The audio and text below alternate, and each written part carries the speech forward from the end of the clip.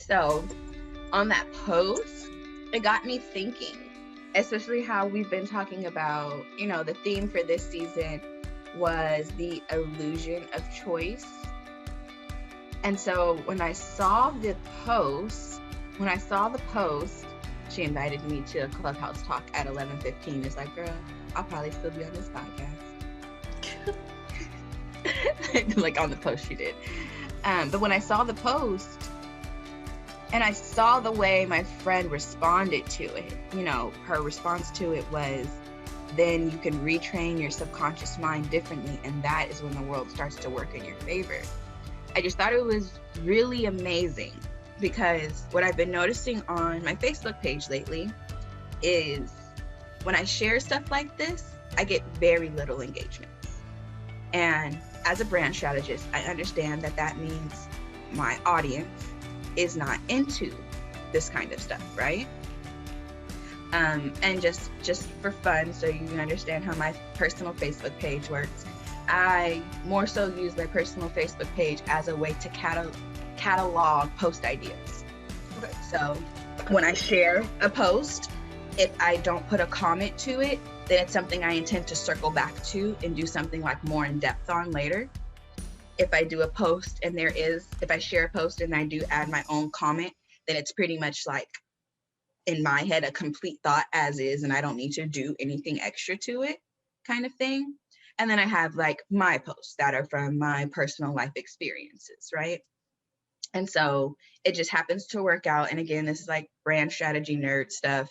It happens to work out for me because this is how I organize my post ideas for content for my actual pages. Like, I don't consider my personal Facebook page an actual branded page. It's just like where I allow content to exist, kind of thing. And so I have been noticing, though, I have a whole lot of people on my friends list who do not care about having accountability and responsibility around their own healing. And it's so interesting because I can totally relate, like, these are my friends from high school, old family friends and stuff. So these are circles that I'm very familiar with. So I can relate because I was there. I remember when I would get so upset with people implying that it was my fault that I was having hard time in life because of things I wasn't willing to let go of, or emotions I wasn't willing to control, and things like that. Like, I can admit, and I think I talked about this last episode, I was really stuck in the victim mindset, not understanding that that's where I was, but that's where I was, and it took doing the work. And I remember when I first became aware of how often I played the victim, it kind of like sickened me. Like, when I noticed that almost every other sentence that came out of my mouth, I was playing the victim role, it was like, oh my gosh, they've been right this whole time. It's been me this whole time, and it was such a, I don't know, if you've been through it, you've been through it and you understand, but it's just like one of those moments you have during your journey, right? And so I've now come to recognize that not everybody on my friends list understands what I'm talking about when I share these kinds of posts. And so when I shared this post and I got the little engagements, and then my friend came and she added the comment that was exactly why I shared the post, so that people understood, like, once you take this responsibility for the things happening in your life, you have the power to change everything in your life. And that's usually where people miss it. And I was like, the illusion of choice. Because a lot of us fall into the illusion that we can't control all these things that are happening around us. So of course we can't control us getting this desired outcome we want, because we have no control of all these external things happening around us. Yeah. Which there's definitely truth to, right? But we forget we can't control the way we react to it, And so I thought that would be it just really made me want to kind of talk about that. Because I don't think it really clicked that hard how it was an illusion until my friend made the comment she made. Yeah. And then I started thinking about, I've had a couple of friends on my friend list, like low-key attack me for stuff I posted. It's just bring it all together. Let's just bring it home and we'll recap what the post was. So the post was was this graphic, and I like that my friend said powerful quote and graphic to go along with it. The quote says, "The moment you accept responsibility for everything in your life is the moment you gain the power to change anything in your life," by Hal Elrod, it says. And what I loved about it, because I've heard quotes like this before, but what I really loved was the image that went along. And it's like these little domino sticks, and there's about an equal number, maybe a little bit more on one side than the other, but about an equal number. And then there's a human figure in the middle.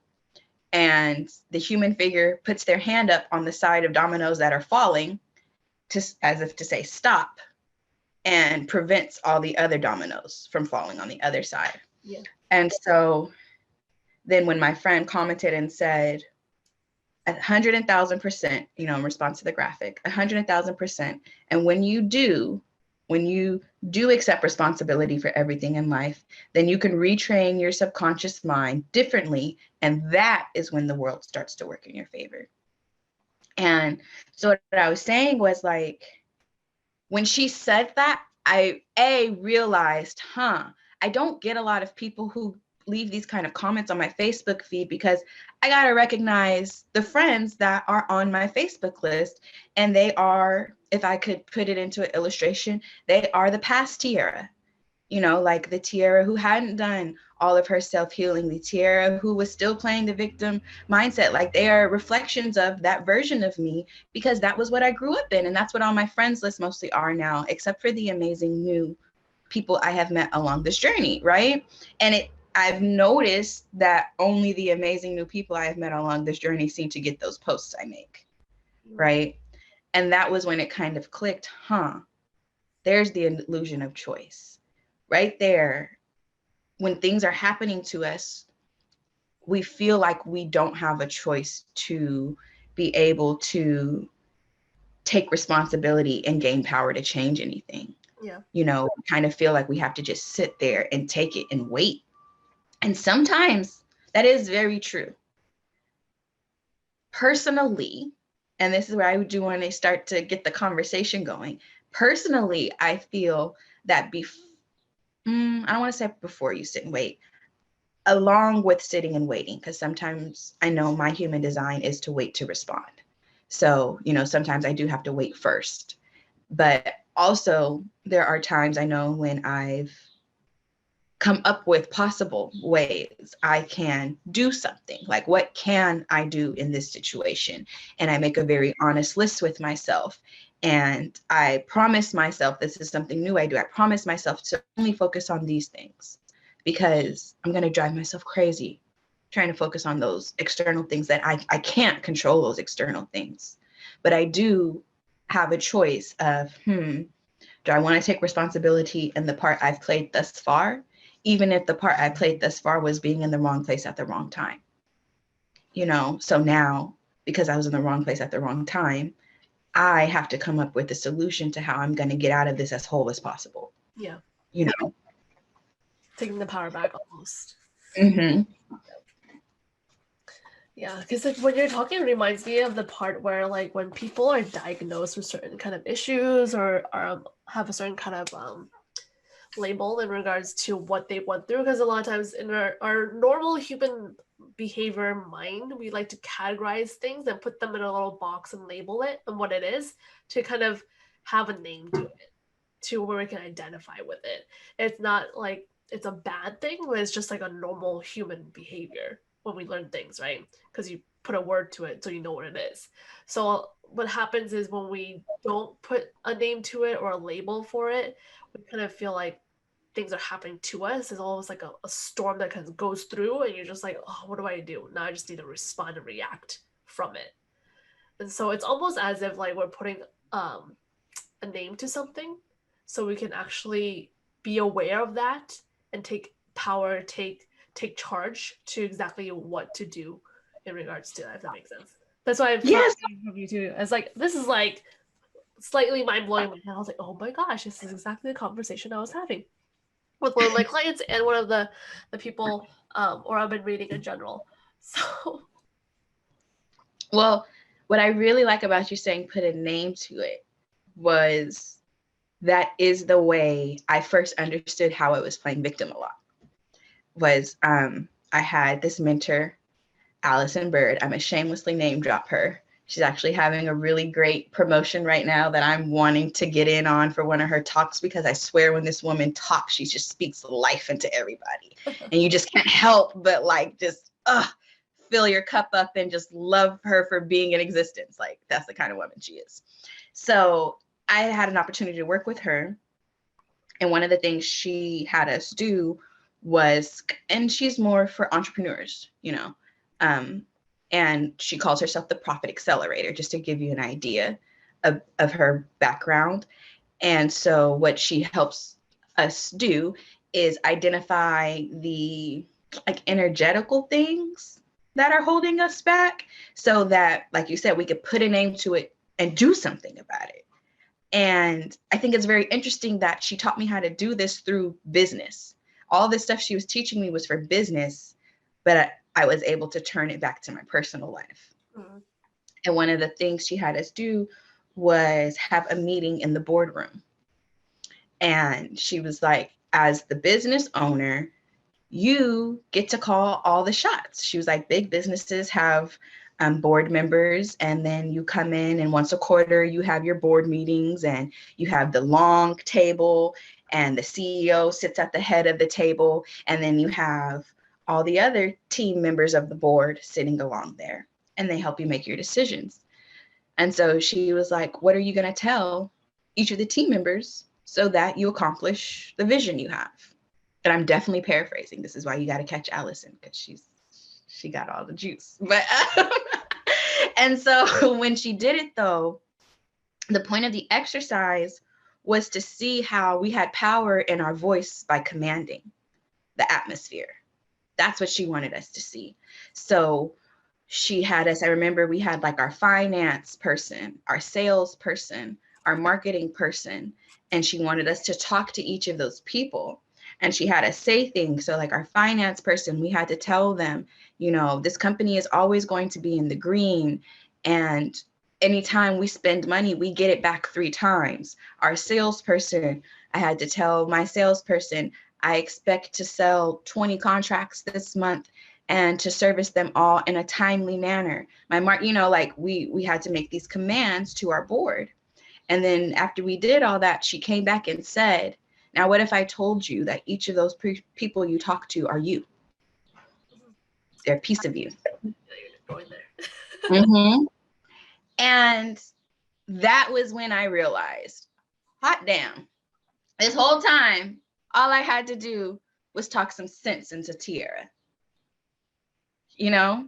And I think it is really easy to forget, because it's one of those so simple, you know, it's so simple that you overlook it kind of thing.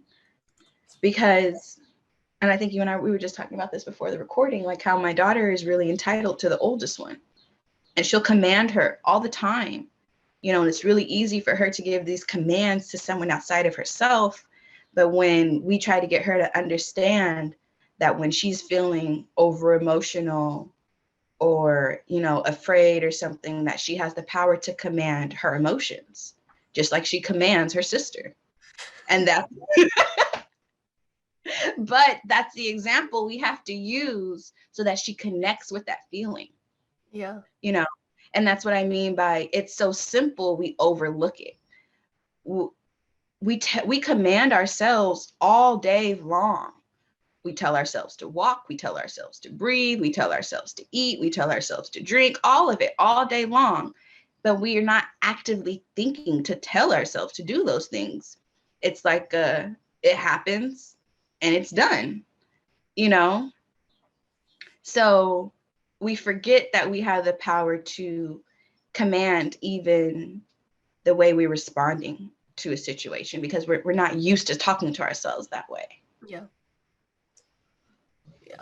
It's so funny when you mention that the little ones like commanding the older. It's like because the older ones, you know what? I should, let her do it because she's little. It's like all these reasoning behind it because your older sister. Totally get it.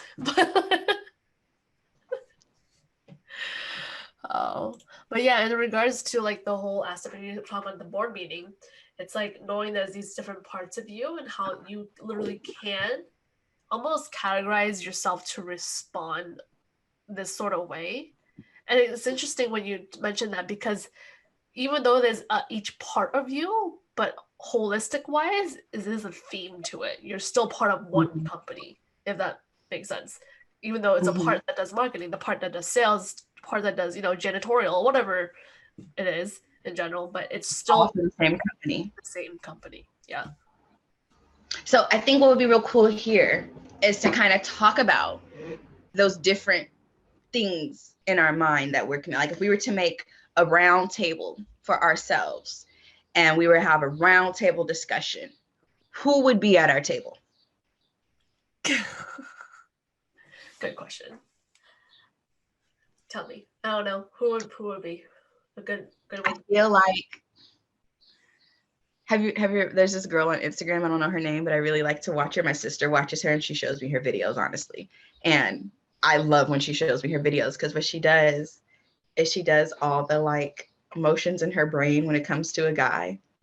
So she has like I love it because she has the one who's like what she calls her vagina, and that's the one who just wants to like party kind of thing. And then she has like her heart, and that's the one who will make all the excuses for the guy because she's just so in love with him. And then there's her brain who's like, don't listen to the vagina or the heart because like we got sense, like we're logical here. So that's the vision I just had when I said this.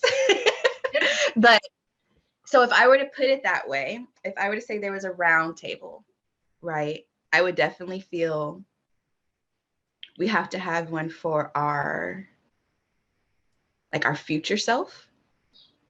There would be our future self at the table. There would be our past self at the table. There would be our health at the table. There would be our fears and doubts. They may be the same person carrying, a similar mission. And then I feel like our courage would also have to be at the table. And I choose these people because if I were to say my future self, I constantly talk to my future self, not just to tell her what I want, but I allow her to talk back to me, because I'm in the present. So with me being in the present and her being in the future, yes, I could tell her what I want, but she may know something about the future that I don't know, and just to kind of give a little extra connection to this, usually my future self is my God self. I like to talk to my higher self, as I will call it. And it's just a way for me to have God not feel so distant and understand that God co-creation power is within me by labeling it as my higher self, because it's still TeAirra, but it's the version of TeAirra that's free of ego and that is completely aligned with the greater good for the collective. So I talk to my future self a lot. And then my past self, if I have to give my past self a description, she's definitely the egotistical version of my higher self. She's the version who is holding on to all the stuff that happened in the past. And because of all this stuff that happened in the past, she's at the table debating what is possible, because she's looking at everything from what happened in the past. And then if I have to go to and talking to her, because I already said how I talk to my future self, right? Yeah. And so in talking to my past self, what that looks like is really listening, like she's the one I have to hold space for. Like with my higher self, it is a back and forth kind of conversation. But with my past self, it's more she talks. And I listen I hear you. And I repeat it back to her. I hear that you're saying this and this and that. And then once I feel like she's gotten all of it off, I say, but guess what? We're not there anymore. We're coming here. And it's more of getting my past self to understand it's safe to move forward, you know. And then my health, I have to talk to my health, because my health governs the way my body is going to respond to all of these things. And I know this is one that's kind of hard because it does skate that line of like physical and then like spiritual, but I do think the two are connected. Holistic, duh.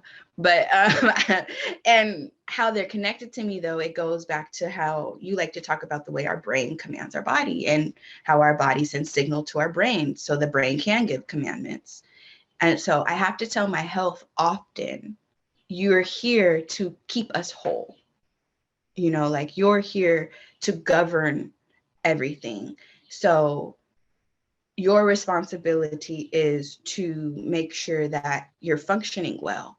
And so with my health, it's also more of that back and forth conversation, but it's more of like asking. So with my health, how is my emotional wellness impacting me today? You know, and then my health kind of tells me, well, you've been seeming really stressed out, and have you noticed that we haven't been sleeping well? And so because, you know, all this been happening, you notice your clothes are getting tighter. Like maybe that's how I look to my health. Yeah. But, you know, and I listen for her to be that reminder of the things I need to do physically to keep everything governed to go smoothly, you know, for what my future self, my higher self has been talking about, how my past self has been opening up about things that are causing us challenges because of stuff from the past. And now my health gets to come in and say, well, have you thought of it from this spectrum, you know?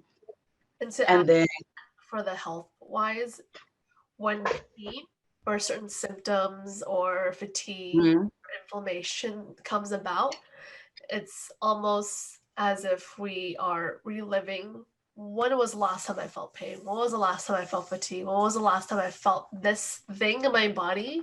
Then we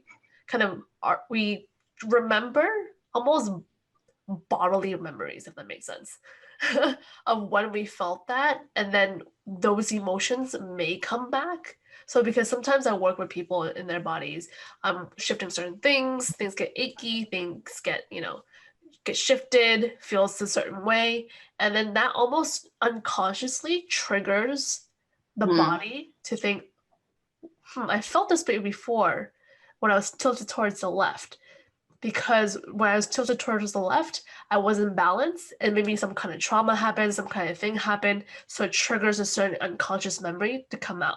So sometimes when I see people, when I adjust them, like afterwards they cry, they feel a certain kind of emotion, or they're elated, more happy, whatever it is, that almost brings up an unconscious, when you talk about emotional, spiritual, whatever it is, that part of it mm-hmm, is all related to the body, that brings up what we think when we ask about our health. Like, why do we feel this way? Are we doing okay? Is everything, that makes a lot of sense. I just want to add to yeah, that for yeah. Thank you for because I feel like I'm kind of stumbling with this. And full transparency, this is what I do. This is what I do when I'm having my moments. We have round table discussions with my emotions and my body and stuff. And it's just, for me, a practice that allows me to connect with these pieces of myself, yeah. you know? And to add to that, when you first started this conversation, I noticed for myself, this is like a little personal, but it was for myself, that I felt uneasy. And I thought Hmm. about the past of, okay, when was the last time I was put on the spot to answer some question I did not know? And I thought about middle school. Like that one time I was sitting there, someone asked me this question, is it more permanent for in geography? This is so random. Is it more permanent for geography changes, like to change, or physical structures in the environment to change? Which is more permanent? And I was like, I don't know, like the geography. because the mountains can fall or something like that. Oh, this is like a weird answer I gave, and they basically said no, the political aspect of it, things can change. Because I was thinking was one thing, and then that made me uneasy, and that made me think about that. That made me kind of circle through middle school days, all these different things as we were talking, as I was listening and talking. And it's just that quick. And then we don't even realize and we were talking about time travel before we started recording, and you just traveled back in time to a place that technically doesn't even matter anymore, but you're choosing right now to allow it to matter. And so, but this is a great example of how I would talk to my past, but like, why was that so important to you?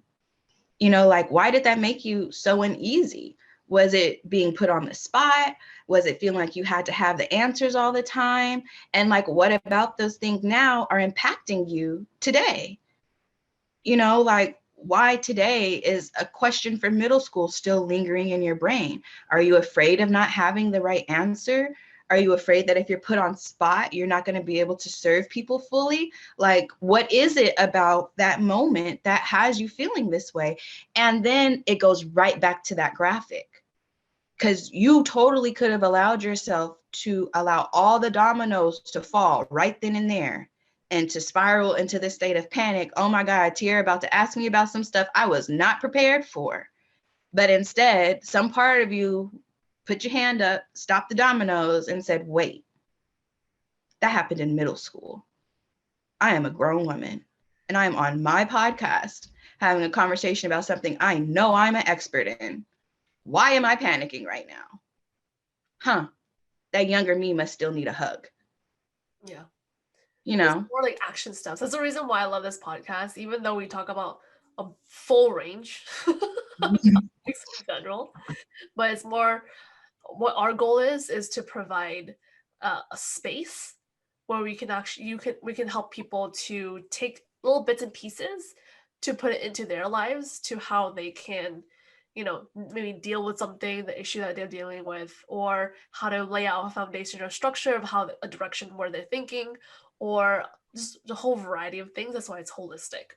So that's why I love this, why we create this and how we create this and how we continue this in general. So and then like, I think you even bring up, that's a perfectly way to the doubts and fears seat at the table. And in my mind, they sit next to my past self and they're like buddy, because the doubts and fears gets to chime in with the past self, and the past self is like, well, we can't do this because remember when that, and doubts and fears like, yep, honey, because we're not about to be a failure. Like, that's what I hear in my head over and over and over again. And they're like going at it because they are so determined to convince the whole table why we can't. And then I feel like that's where courage comes in. And courage is this beautiful being. Like, there are times it's hard for me. I'm getting emotional thinking about it, because there's times that I can't even connect with her because she's just so amazing to me, because she carries all this love and kindness, and it's so selfless, like, she is not afraid of getting hurt. She's not afraid of what can go wrong. All she cares about is making sure we show up as our best self to do our part in the world. So she's like best friends with the future self person.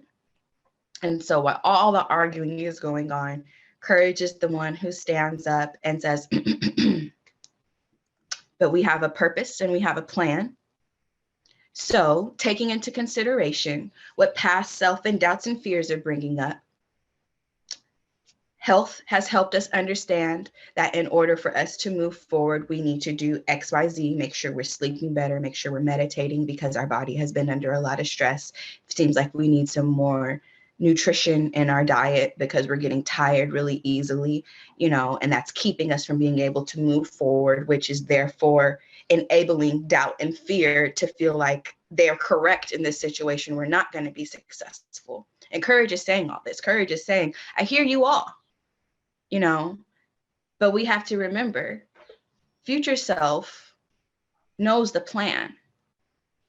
Future self is our liaison with the co-creator, with the creator. So future self is telling us that this is the path to take, then rather than us falling into the fear and doubt, we need to use fear and doubt's points to come up with strategies so that we can move forward. And courage quiets it all back down so that future self can have the table again. And it amazes me because in my day-to-day, I do not feel like that. It's like, I do not feel like there is any part of me that is able to calm down all the noise and just focus on being here and moving forward. You know, but I know there's a piece of me in there because it happens every single day. There's a line by one of my favorite artists, Kehlani, and in one of my favorite songs by her called Distraction. And she says, my life is crazy. I deal with shit on a daily. And every time she sings the first verse in the song, every time she sings that part, I feel it in my core. Like every single day I go through some just bullshit in my head. It's just like, what WTF, right? And while it doesn't feel like I have that courage that's happening, when I look back, I know courage had to step in at some point because the way I was feeling, everything should have just shattered down to the ground at that point. But at some point, courage had to come in and talk some sense into me. And that's why it is still so hard for me to connect with that part of myself. But also I have to recognize that she is there because then how else am I able to shift my emotions like that? And so that's why that graphic was so powerful to me, because again, I think it's such a simple thing. We forget that we're capable of doing it. And it's like, I've actually gotten to a point recently where when I feel stressed out, because I'm telling you, the last 3 weeks have been super duper stressful for me. And what I've started doing, I started this last week, when I feel it, there'll come a point in the day where it's like a boiling point and I feel like everything's about to boil over. And when that happens, I'll go outside and water my plants and I just start counting all the ways that I've been overcoming. And it's like, seriously, oh, I don't know if I'm frozen. You're back and forth. I'm back and forth. I can hear you. I don't know if I should keep going or not. I can hear you. Okay. Well, I count all the ways I've overcome. Like seriously, I'll pour and as I'm pouring, I'm thinking, okay, this could have blown up in my face today, but I handled that like a boss. Yesterday morning, I thought I woke up and killed my daughter. Serious, true story. I almost had a heart attack in the morning, waking up. My daughter was covered in blood. She had just had a really bad nosebleed, but it looked like it legitimately looked like a murder scene. I couldn't even take a picture of it to send to her father because it triggered me so badly, you know? Yeah. But I overcame that and I got up in the day, and you wouldn't have known yesterday that I thought my daughter was dead in the morning, you know? So I have to put a time in my day where I allow myself to celebrate how far I've come just in these last 24 hours. Because sometimes every single day, every hour feels like a battle, you know? And in order for me to keep my courage, I have to allow myself to be fully heard, you know? And that's how I've been practicing to remind myself of my capability to take responsibility for the things happening around me, you know, because at the end of it, really all it means is checking in with myself and saying, how do you feel about this? Now, what do you want to do? Yeah. So for your board meeting table or round table, like for those who are listened all the way to the end here, which is awesome. For those who want to start doing this, how long does it take you to go around? Do you like start with one and then go to the other ones? Do you pick and choose who you talk to at the moment? Like how is your process for those who want to incorporate this? I'd say my personal suggestion, I want to start this off by saying, do it feels good to you at first, and then probably journal it I know a lot of people don't like to journal, so I said probably, but I would recommend to start with what feels good and journal about it. You know, like I started by first identifying the people at my table, and they weren't the people that TeAirra said. These were my people, you know, or they were the people TeAirra said, and these were the people I added, you know, but get really familiar with who was at your table first, because it needs to be the people you connect with. And hell, it may not even be a table. You guys may be meeting in a park.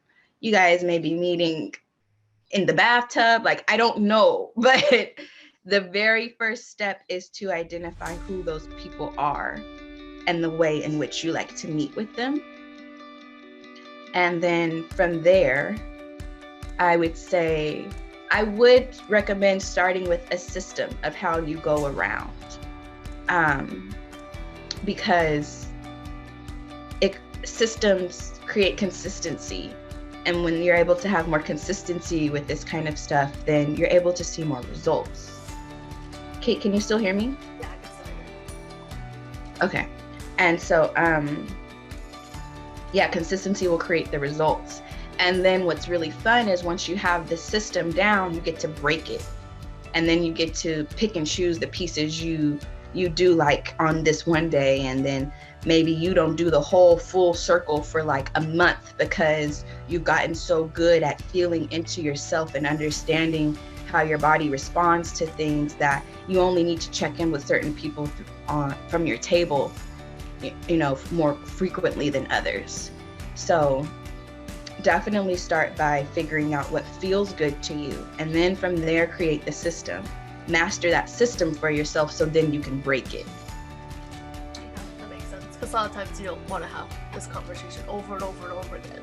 That's like too much, or maybe it's too little if you do like once a year, whatever it is, right? So whatever feels comfortable for you.